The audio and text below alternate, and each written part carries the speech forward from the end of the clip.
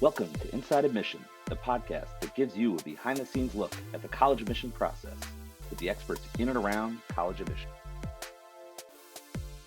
Welcome to the Inside Admission podcast. I'm your host, Andy Palumbo, and I'm really excited to welcome back to the podcast Aaron Ray. Aaron was our very first guest and a very popular guest, I'll add.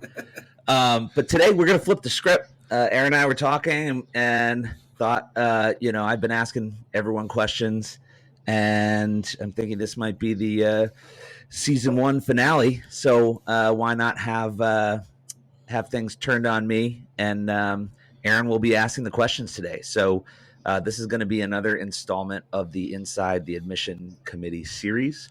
We'll probably go a little deep on standardized testing, knowing me. I guess I'll just kick it to you, Aaron. Welcome back, and it's your show. Great, thank you for having me. I didn't realize it was the season finale. That just elevates this just a little bit. But I'm excited to put you into the hot seat and take some revenge, and also to just learn a little bit more about your career. You know, I've known you for a while, and I've watched you grow professionally, as I know you've watched me grow professionally. But it'll be really cool to kind of dig into some of that. So to get us started, Andy, how did you get your start in the admissions world, and what was your path like to your current role? Yeah, I was a history major at our shared alma mater, Union College. And so, like any good history major, I graduated. I found myself without a job. And I thought, Fortune 500 sales, that sounds about right. So I wound up just getting a job I could get. And it was in sales for a value-added reseller, which was about as exciting as it sounds, selling cables, servers, all sorts of technical solutions. I was not very good at it. And also I was surrounded by people who either love technology, love sales, or love money. And they love talking about those three things. I'm fine with technology. Money does what it needs to do. Sales is horrible. It was soul sucking. And just being in that environment, it was right when The Office was really taking off. And I just felt like I was surrounded by a bunch of Dwight Schrutes. So, but I did not choose to leave sales. I was actually fired for missing a sales quota. So that was quite a shocker. 9 months out of college. You know, I'd been fairly successful in high school, college. To find myself not even a year out of college fired from my first job was eye-opening. But it was a great opportunity because it was an opportunity for reflection. I realized I'm not the kind of person who can wake up in the morning and just do a job for money. I have to care about what I'm doing. And so that brought me back to our alma mater. I got 3 different phone calls on the same day when an opening in the admissions office came up, and applied for the job. And really the rest is history. I had a great mentor, Dan Lundquist, when I was at Union. And, 2 years into my admissions career, he had gone to Russell Sage College, and he recruited me away to be a director. And so, 2 years after getting fired for missing a sales quota, I had a pretty incredible opportunity to learn and grow as a leader in a field that I love, doing work that I really enjoy. And thanks to a very, very patient first team that I led there, I grew as a leader and realized I really enjoyed that. So I went on to, I really liked the breadth of experiences. And so I'd been at, a selective liberal arts school, the Sage colleges. Russell Sage College was a women's college. Sage College of Albany at the time, they're all called Russell Sage now, but at the time it was a former private junior college that had turned into a co-ed college. And so, that was unique as well. And I really liked the idea of trying out public higher ed. So I went to Plymouth State University and led a team there. And then, decided to come home. And WPI, I grew up, WPI is in my backyard. My dad is class of 74. Great institution, incredible students, and I haven't looked back since. I love being at WPI. That's awesome. That is a And I'm wearing my Worcester Red beautiful Sox story. hat right now. I noticed that. I noticed that. As a lifetime New Yorker, I get chills every time someone has anything Massachusetts on. But I noticed the Paul Pierce in the background. I'm just like looking at my Knicks not in the playoffs. It's a rough time. Whatever. Here's what I really want to know, right? You have this tradition of asking everyone about their own college search. So I kind of know the story, but I really want to hear about your college search. How did you end up at Union College? Next question. I feel like this has been like a recurring theme with a lot of people I've asked this question of. I feel like my process was so backwards that I'm just doomed to repeat it every year, like Groundhog's Day. Like that's my penance when I work in admissions. So yeah, I mean, it's funny. I knew college was important. I definitely was not like hyper fixated on it. I had really supportive parents who, I was lucky enough they were going to invest in me and support me financially in my college search. So I had a great range of options. I was a strong student taking challenging courses, and doing pretty well. So I looked at a broad range of schools, but a lot of the NESCAC schools were on my list. I knew I wanted to study computer science. I had been getting into like Virtual Basic on my computer at home, was like coding little apps, and really thought that was cool. And I knew I wanted to play soccer in college. So those were two of the main drivers of my search. And I found a list of schools. Ended up applying to 7 schools, got into 4 of them. And Union was actually last on my depth chart as I applied to the schools, and visited there for an accepted student day, and it was just what you hear so many students say. It was just like the magic of the day, like it was, the tour guide, I was like, I want to be this person, like the faculty members we engage with. It was just incredible. The tour guide was a woman who helped run the radio station WRUC. I ended up helping run the radio station when I was a student. And Steve Sargent was a faculty member I bumped into and engaged with. He ended up being my advisor in history. I became a history major. Computer science, never took a course. Soccer, never even played a day. Didn't lace them up except for intramurals. We were great in intramurals, but that's an aside. But yeah, so I mean, I think my story is one that I think is pretty common. It's okay to make changes. It's okay to not really totally know what you want to do. But thankfully, and maybe a little bit accidentally, I picked, a group of schools that I think wherever I had gone, I probably would have had the flexibility to switch into something that was a fit for me. But Union was the perfect fit and gave me the opportunity to really explore myself and the things that interested me, and it set me up well. Absolutely. On your recent episode of your podcast, you and Vern Granger, you talked about how important a university's purpose or why is. How do you view WPI's why? Yeah, it's a great question. I mean, one of the things I love about working for WPI is we're really aware of who we are, of what we do, and why we do it. We're an institution that produces really talented, capable, STEM-focused graduates. Why we do it? We want to find students who like challenges. We want them to have an impact on the world around them. And that really informs our what and our how. WPI has had a really incredibly innovative academic program that we call the Plan, or the WPI Plan. And it has a whole host of really distinctive aspects.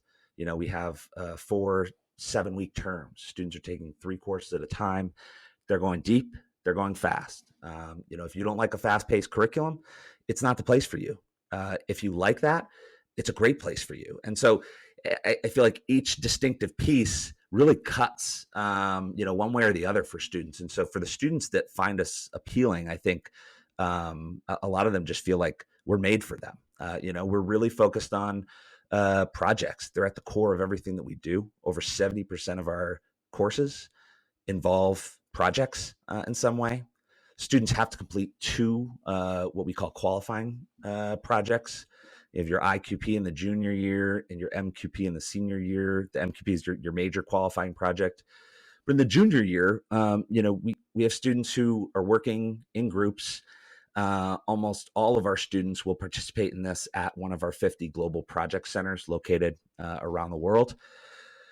And they're solving challenging problems that matter to people in partnership with people, considering the culture that they're in and considering, what are sustainable solutions. And so, these are projects that the faculty member who's guiding the project doesn't have the answers. And so students are learning from one another. Our engineering dean, our dean of undergraduate studies, shares, when the old adage when you got to an engineering school was look left, look right. One of you won't be here at graduation. And he welcomes our students by saying, look left, look right. Those are the people you're going to learn the most from. And I think that that's really a core part of what we do and why it works so well, because our students come here because they're seeking that collaboration. How do we reinforce that? We reinforce it through uh, a grading system that is non-punitive. So you can get an A, a B, or a C. No pluses, no minuses, no Ds, no Fs. If you don't pass a course, you get what's called an NR, a no record. You get the opportunity to take that again. Just like any real world challenge, failure is a point on the spectrum, right? If it's something that matters, you're going to start over again, learning from what you've done and applying that knowledge. And so, I could go on, but it really, the why is creating students that aren't just going to get a job, but are going to find a purpose, and they're going to make an impact in the world. And so, that's a huge part of what we do. That's awesome. I really like that point about, A, B, or C, no Fs or Ds. I mean, in this climate of mental health challenges, like to alleviate, while I'm sure students are still stressed if they get an R because like, I have to do this again. Like it's not, your GPA isn't tanked. So God, it would be great if more institutions could follow suit.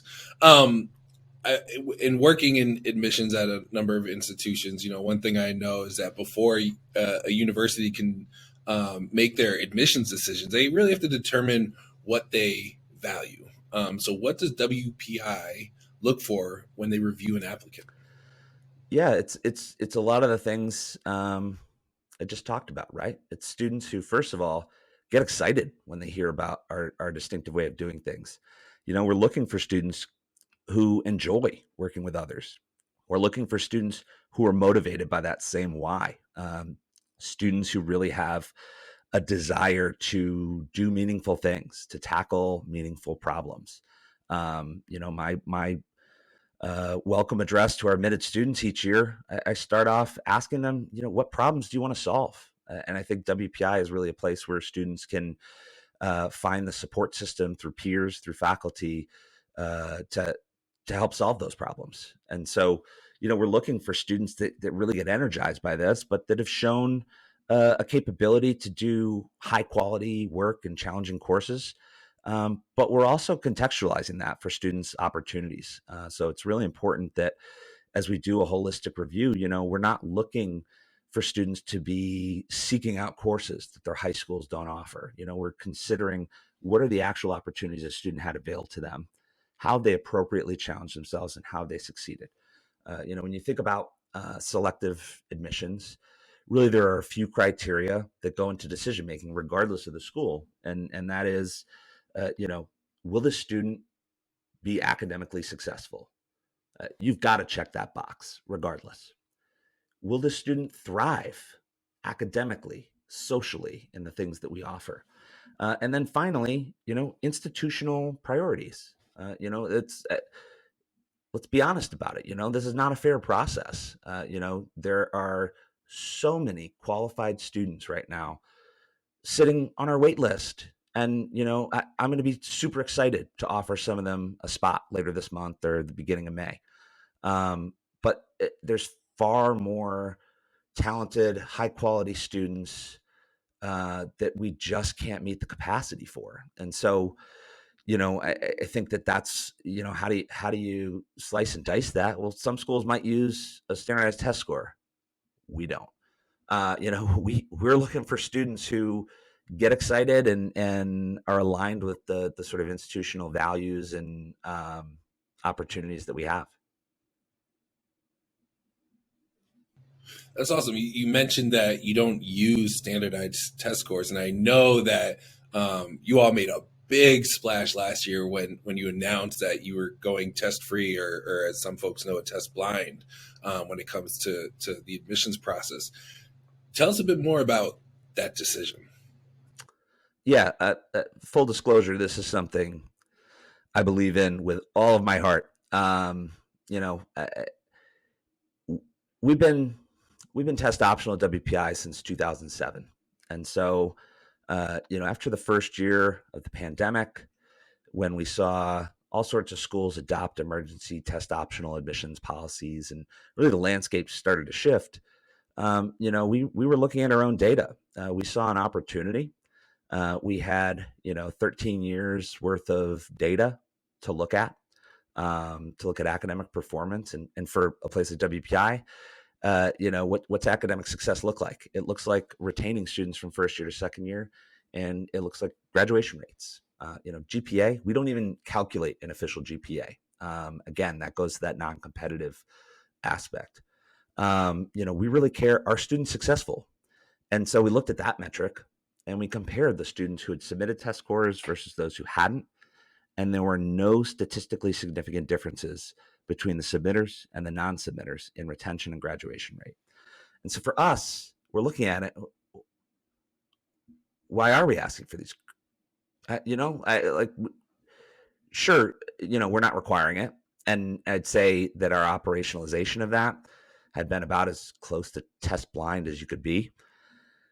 And so we had the conversation. We said, listen, I think this is an opportunity for WPI to, stay true to our values and to be a leader again when it comes to testing, and to help lead this industry beyond standardized test scores. And so, a couple things that went into that. There's the data piece, but there's also values. Fundamentally, when you take a step back, I don't think there's an admissions director or VP or counselor or anyone who does this work who would tell you that admissions officers need test scores to make good decisions. And if they do, I would really question that, because we don't. So we don't need these scores.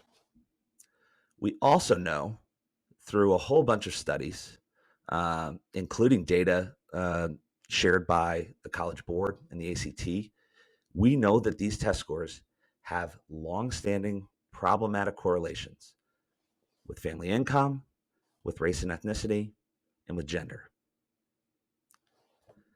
And finally, we also know that they add little to no additive value in a predictive way. The College Board's own validity study that came out in 2019 for the most recent, new SAT. I guess they got a new one coming out in a couple of years. But they showed that when they try to correlate to first year college GPA, which again, not necessarily a success metric for a place like WPI, nor I would argue most institutions of higher education. The strongest correlating single factor in an application is high school GPA. Shocking. Even the College Board will admit that. The ACT will admit that. And so the College Board will say, but if you put the test scores with the GPA, that's even better. And okay, let's accept that for a minute. Let's accept that that's how college admissions works.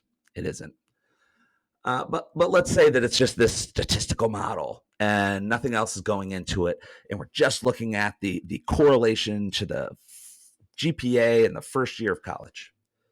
So using those two things together, the College Board points out there's a 0.61 correlation, which is pretty good. 0.53 of that is the high school GPA. You're getting 0.08, or as the College Board likes to say, 15% more in this like sterile laboratory environment for a predictor of a metric that we wouldn't actually really honestly call a success metric.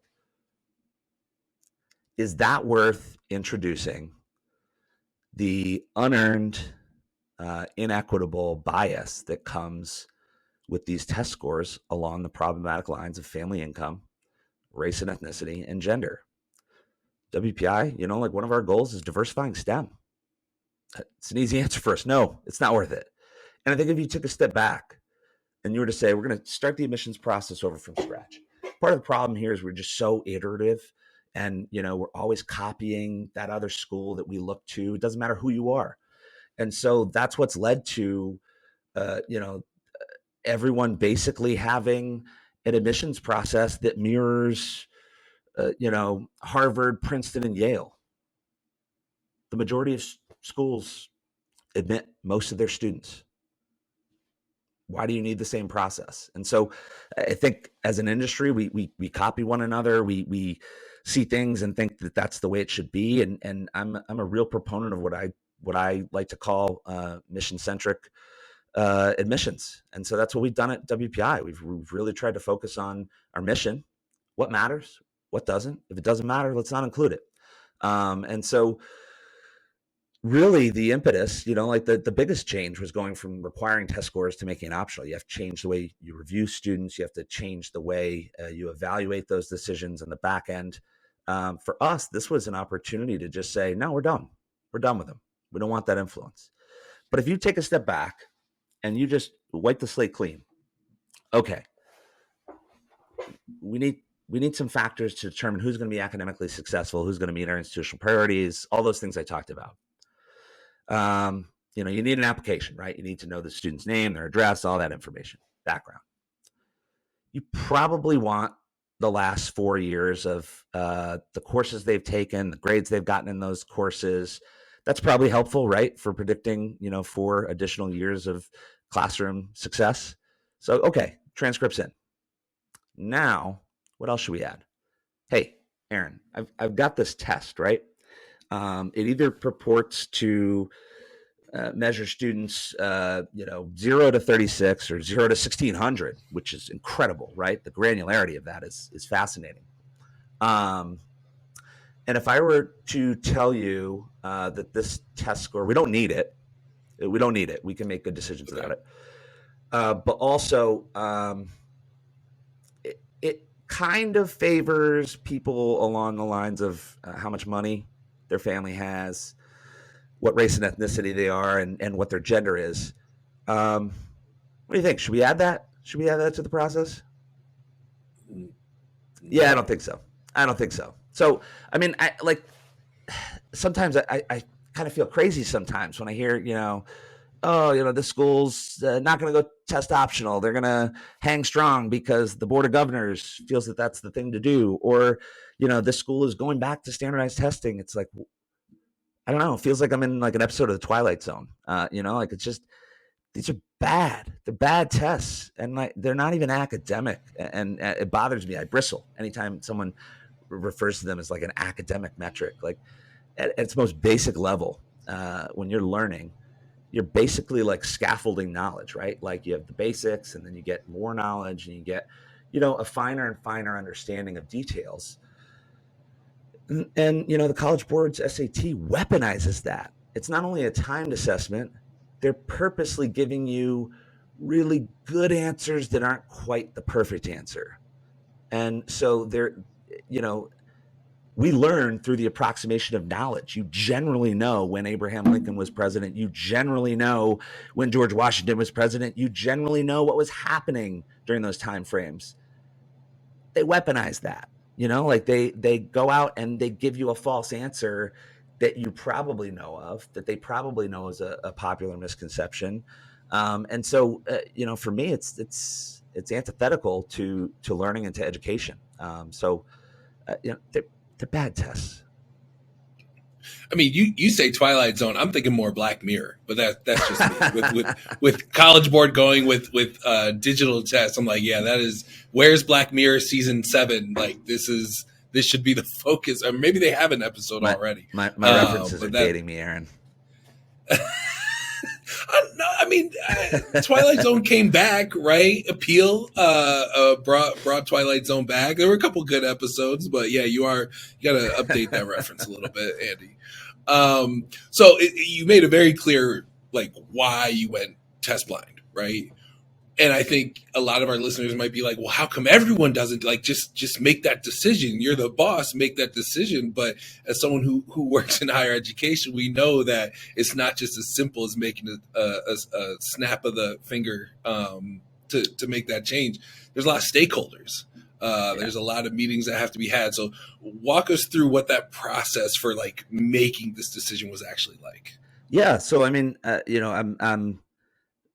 I was really fortunate to be at a place that believes in data, believes in making evidence-based decisions, but that also believes in living its values. And so really it started off as a conversation with faculty members, just some friends and sounding boards that I have in the faculty.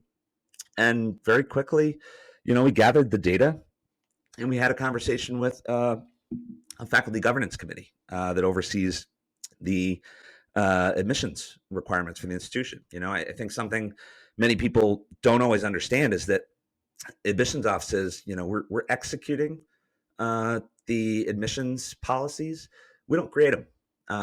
We recruit and make decisions on behalf of the faculty. The faculty give us this incredible responsibility for the university, and it's within their purview at virtually all universities that I'm aware of to make changes and updates to these policies as it makes sense. And so, we had a conversation with that governance group, and they were overwhelmingly in support of it. We brought it to the full faculty, and we had a conversation grounded in data and in values. And it was an exciting moment for me, as someone who has for a long time advocated against the support of these tests and the bias that they reinforce in the process, and the inequities they reinforce. It was just one of my I'm like getting choked up here.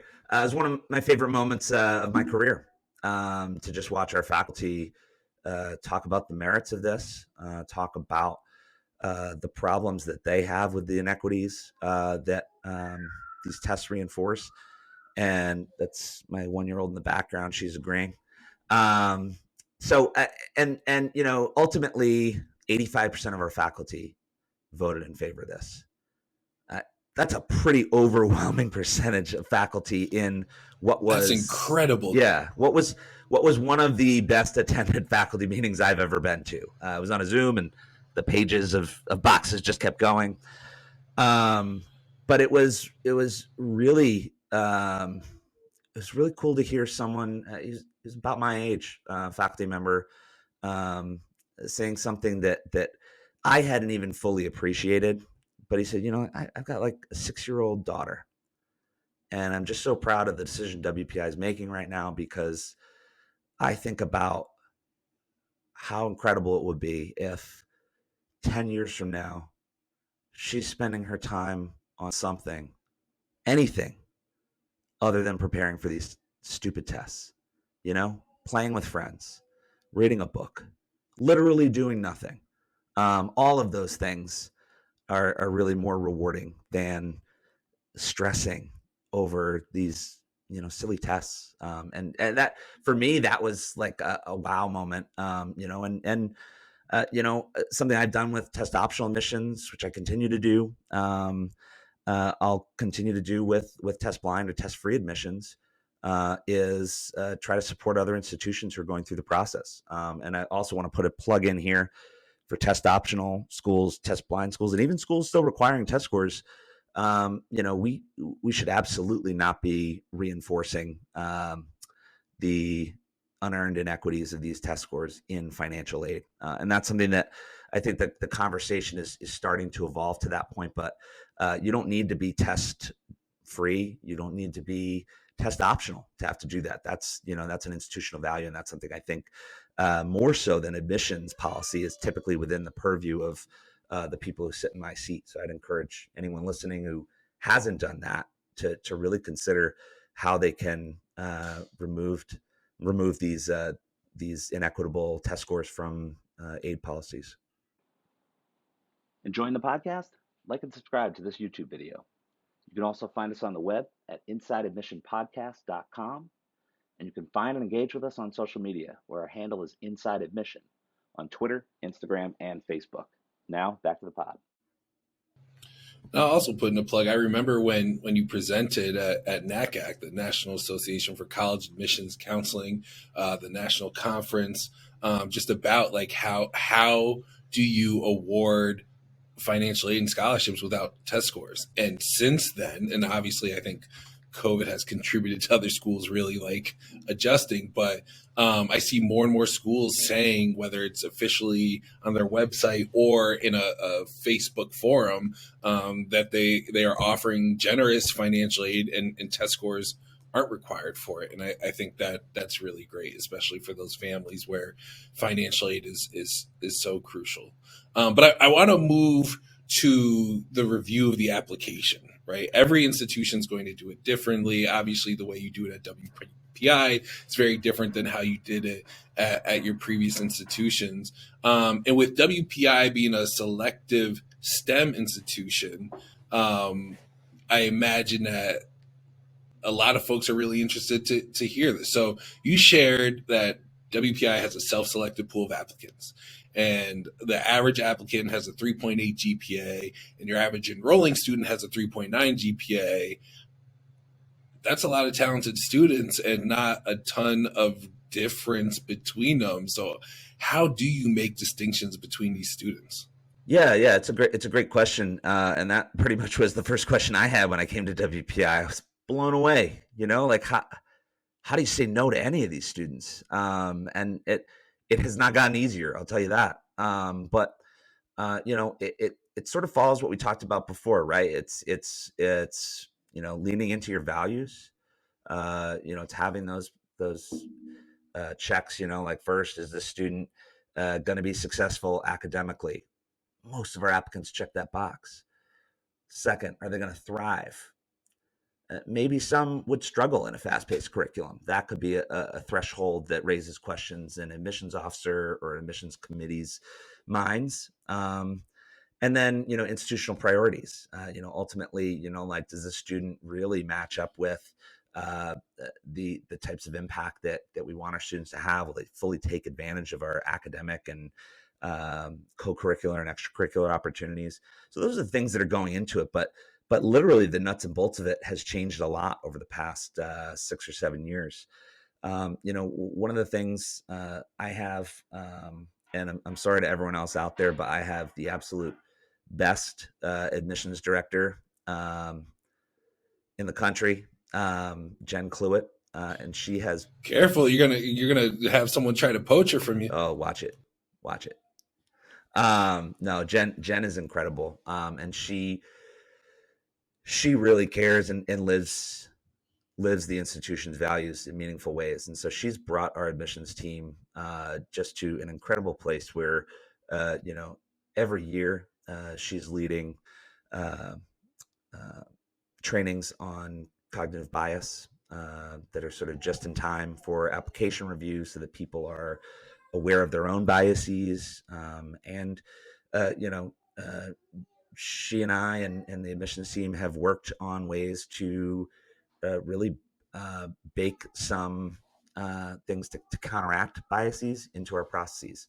And so a huge shout out here to Michael Bastato from the University of Michigan, who does some incredible practical research on selective admissions and bias, and provides really good suggestions for how admissions offices can make better decisions and reduce bias at the same time. And so we've taken some of his principles and we actually flew him out to WPI to present to us and see how we were doing with some of his research. We invited some other selective schools from the area as well, and that was a really rewarding opportunity.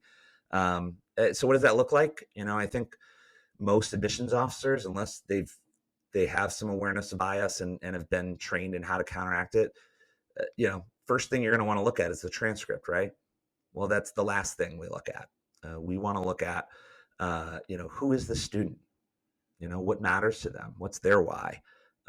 What's their context? Context is huge in holistic admissions. We want to understand the context before we anchor on a grade or anchor on the level of rigor a student has. So really fully understanding to the best of our ability who the student is, what drives them, what motivates them, and what their opportunities are.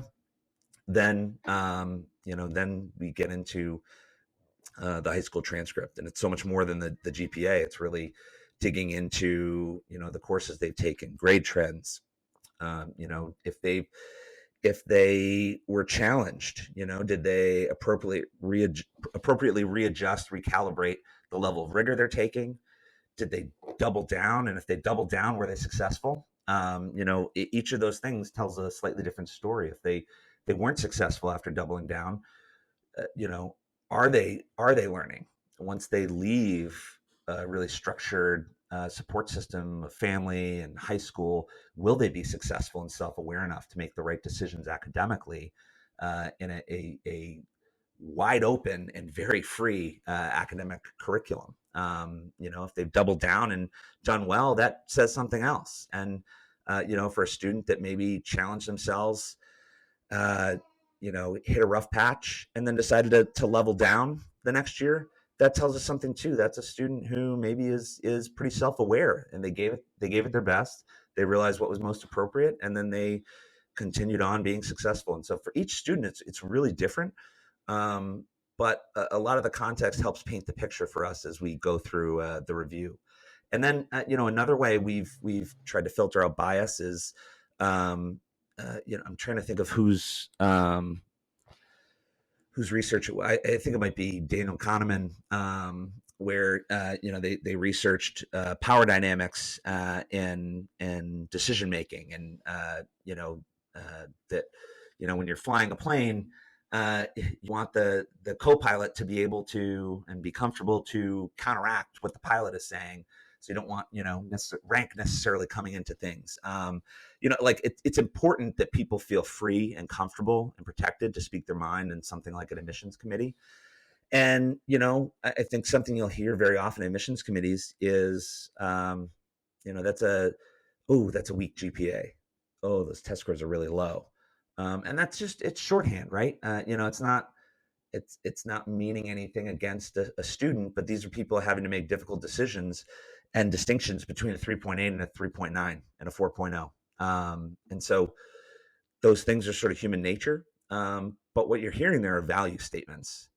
And a 3.8 GPA, a 3.7 GPA is not low. It's not weak. And so, we really moved toward fact-based statements in our language. And so, we would say, that grade is a little below profile for us. Trying to accurately state what it is that we're getting at without values, because it can be kind of chilling if you're, a new admissions counselor and you hear an associate director call someone's grades weak. How comfortable are you?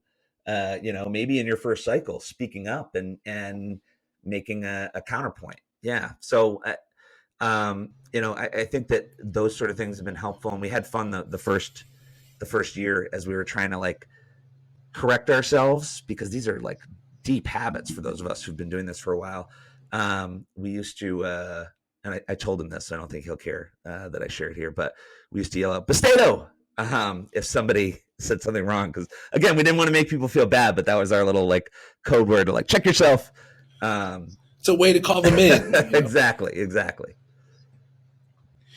So I just want to echo what you said a moment ago, that a 3.7 is not a weak GPA. And the reason why I want to echo that is, one, way higher than my GPA Right. was. But two, I'm in a few Facebook groups for parents going through this process.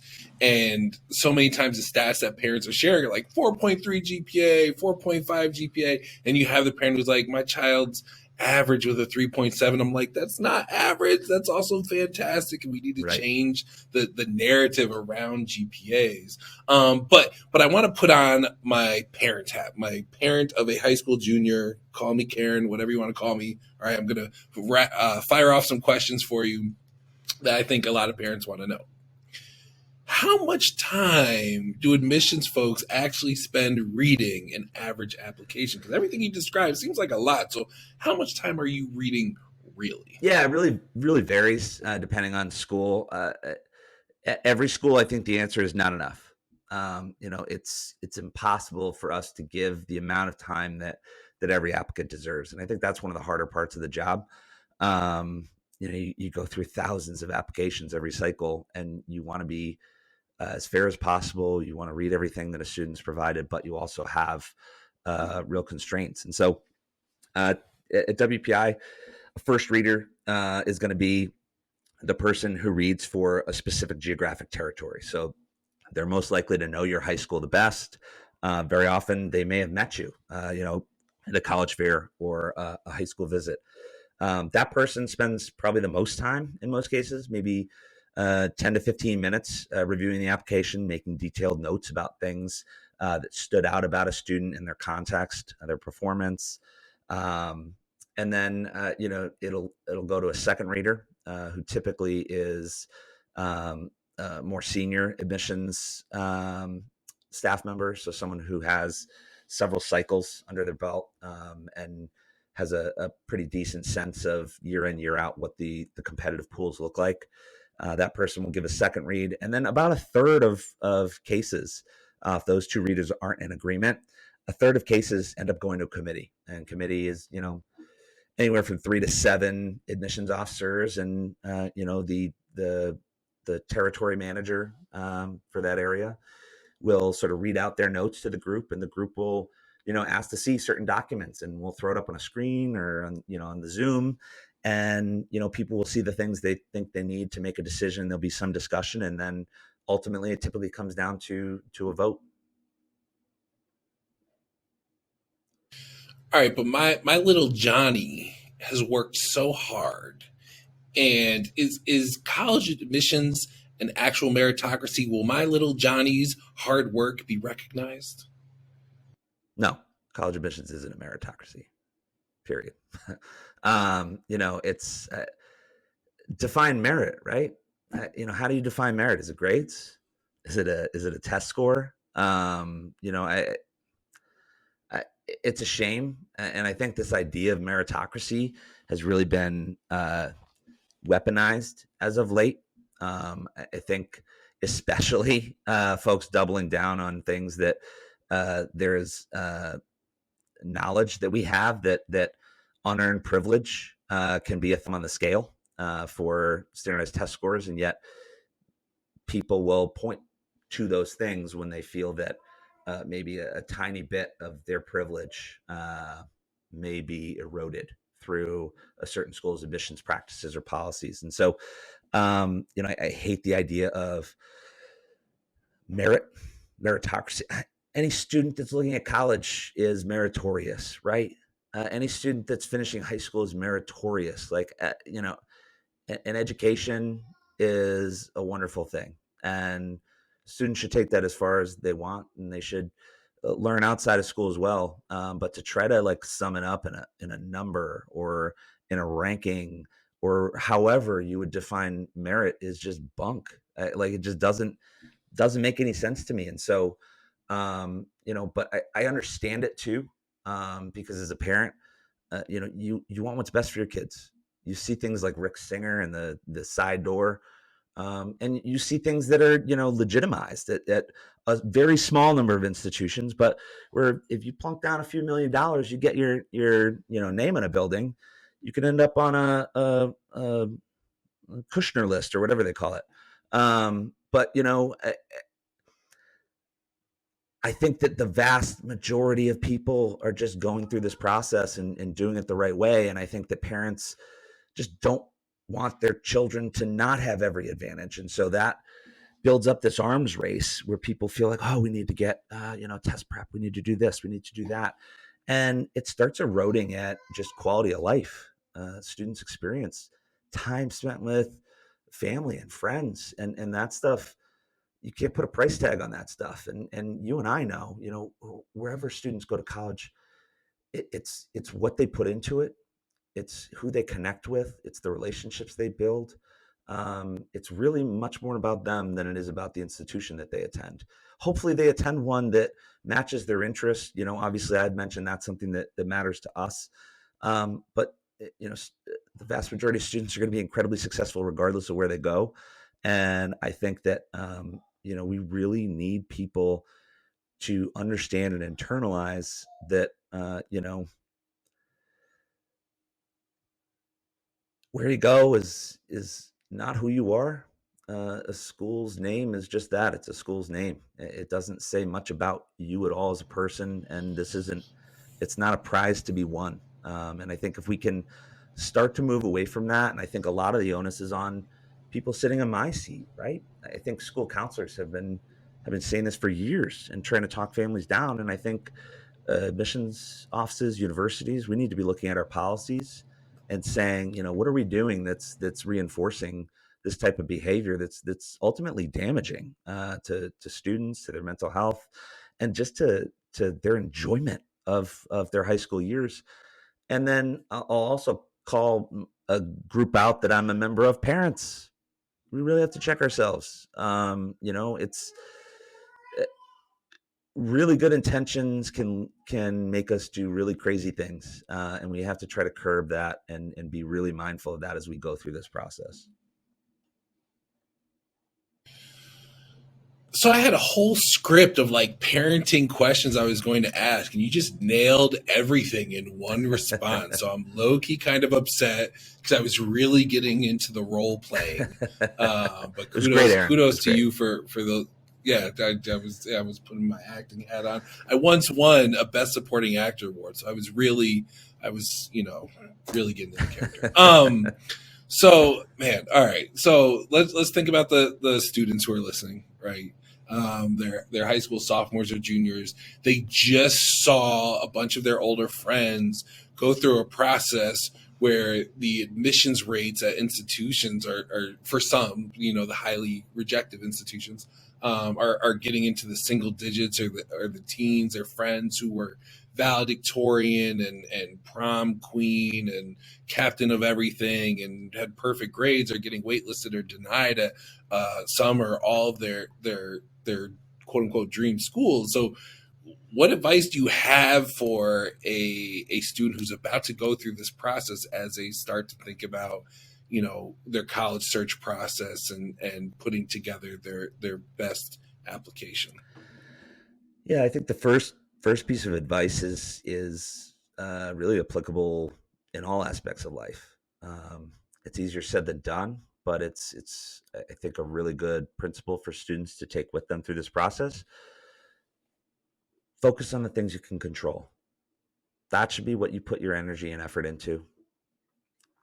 The things you can't control, you've got to try to find ways to put that out of your head. Accepting that you can't control every aspect of this process, accepting that admissions decision is the biggest piece that you can't control, I think is important, but also understanding that a college's decision on your application, even though it has your name on it, says a lot more about that institution than it says about you. Because again, when it comes down to it, if you're looking at a school that's selective, and I'm not even talking the highly rejected schools that you were just referencing, those schools are making the best choice with limited data from your application, with their own institutional priorities in mind. And one of the crazy things about this process is that you're splitting hairs. The decisions you make last week might be different than the decisions you make next week, even if you have a 50% admit rate, because the distinctions are so small, or it matters who's in the room, and that's that bias piece can come in regardless of everything you do to try to counteract it, and not necessarily in super problematic ways, but it's just people see different things in the same applicant, and so there's a lot of this that comes down to chance. But you also control most of the major decisions in this process. It's my kid again. We're as I've said before, we are very authentic here. This is about showing admissions professionals in their real lives. Yeah, I mean, I think that where you choose to apply, that's one of the biggest decisions, and it's yours. You get to decide, what do you value? How does that show up in terms of factors that you can, find colleges with, and then narrow down your list of who you want to apply to. Yeah. And then ultimately the exciting decision, where you get to go. And so, I mean, I think, my own college story, that's something that I never forget, is that, the person I was when I started the admissions process is not the person I was when I made that final decision, and certainly is not the person I was when I graduated from that institution. And I think that's really cool. Try to be present through that process and enjoy the moments that you can. But the other thing I'll say is box this process in. Live your life. Hang out with your friends. Enjoy your time with your family. Things are going to change, and it's super exciting in so many ways. But there are other things you're going to miss, and you won't ever get to come back to those things. So enjoy those while you have them. The college admissions process can be a long one. It can be stressful at times, but try to reduce that and try to make sure that you realize, like, this is the beginning of a much larger process and a much larger experience. It's the paperwork, we hype it up a lot, but it's the paperwork to get in. Really, the things that matter are what's going to happen once you're at that college. Absolutely. Well said. So we got time for one more question. You've already answered the last question I had in mind, so I'm going to pivot. And this question can be good for our students and also parents, but also I'm thinking about the younger professionals in this work, the younger professionals who are trying to navigate their career, grow in their career, while also possibly raising a family. You are someone who I know I personally look to see how to manage working in this profession while having children, while having a spouse, while trying to do it all. What advice do you have to those folks who are trying to balance it all while still getting the work done and growing in their profession? How do you do it? You can't. Balance is a myth. But just like for students, find the things that you value, and try to make the best decisions you can in the moment to prioritize those things. Awesome. Well, Andy, I have to say, I think I like this whole hosting a podcast thing. You should start one, man. So this might have to be coming. And I've talked about it, but when you're talking about balance, that's one thing that I think my wife would really hate me for. If I think you guys should do one together. I would watch that. That would be hysterical. I should just do one with Josephine, honestly, my 3-year-old. She would probably blow up and be a YouTube star, and then we could put it on her college. Oh, don't do that. Don't do that, Aaron.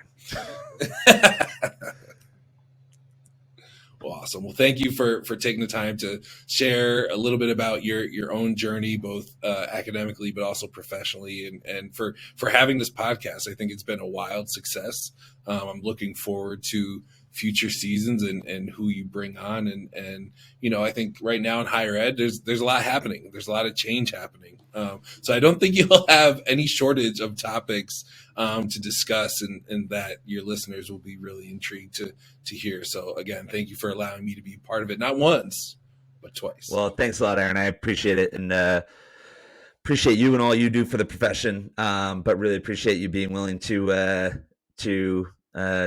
go on this journey with me, be the first podcast guest, be the first guest host, and who knows what season 2 will bring. So thanks, Aaron. Absolutely. Enjoying the podcast? Like and subscribe to this YouTube video.